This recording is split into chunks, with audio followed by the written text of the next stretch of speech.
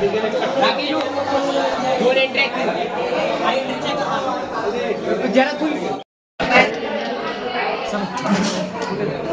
एक मिनिट.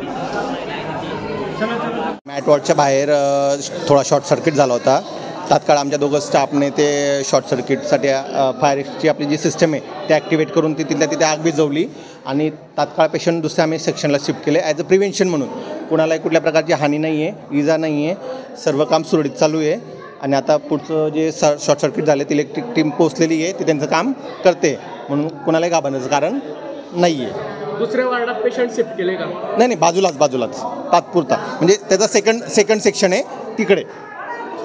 खबरदारी म्हणून काय नेमकी काळजी घेण्यात आली आता खबरदारी म्हणून आता आम्ही इलेक्ट्रिशियन बोलवले आहेत, सिक्युरिटी बोलवली आहे, पेशंट दुसऱ्या सेक्शनमध्ये शिफ्ट केले आहेत. ऑक्सिजन पाईपलाईन ती तात्पुरता बंद केलेली आहे, त्या संबंधित त्याची एवढं. कुठल्या वार्डामध्ये आग लागली होती?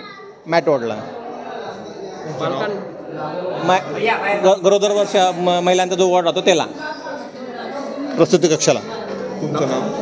मी असिस्टंट मेट्रॉन म्हणून इथं कार्यरत आहे, तुषार पाटील.